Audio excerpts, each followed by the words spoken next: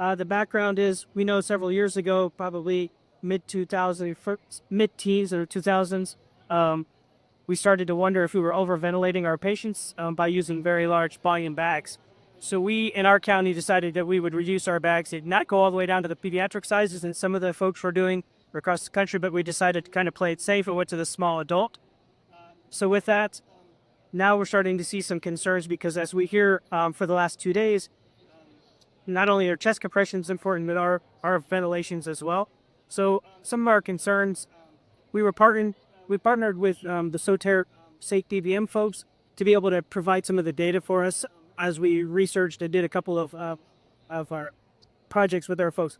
We were slated to have over 100 people, but as you heard me say, I'm from Kansas, and that particular day we had a tornado in our area, so we were only able to get 55 of our providers to be able to participate. So I want to acknowledge the folks that were able to participate over here under the picture. In our county, we've got 8 fire agencies and 1 county agency that does all the EMS transports.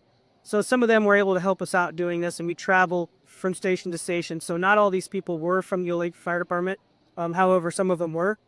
This is where the high expectations of being a dad and as a vision chief or a chief, or much like you have high expectations of your people to perform well. And sometimes they do really, really well. Sometimes they don't. Sometimes it happens right in front of your face. And unfortunately, we capture that in the data, right? So with that being said, our question is can a small adult bag, 1,000 mils, deliver adequate tidal volume for an average adult male? And that's what we told our folks that we watched and reviewed them doing their work that day. So we got 55 folks. We went around to individual departments as we try to make it easy on them.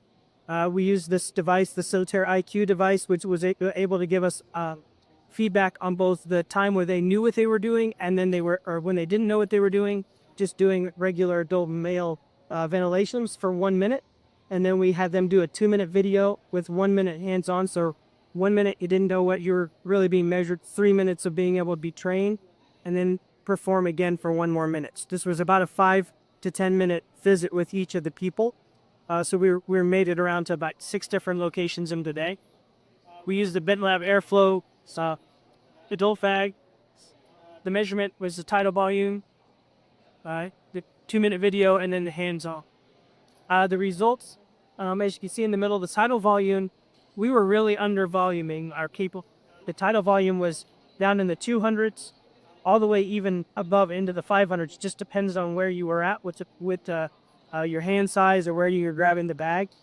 But as you can see, before the pre-training side, we were down in the max of about 320, but we were able to turn that around and get up to about the 470 mark, about the 460 mark or so. Still relatively low on where we wanted to be, but we were able to enhance that tidal volume a little bit more appropriately.